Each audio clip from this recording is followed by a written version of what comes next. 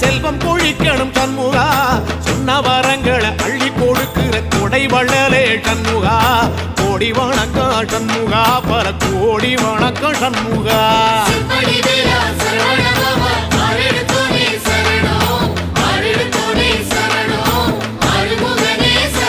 ஐயா மருதமர சத்தியமாக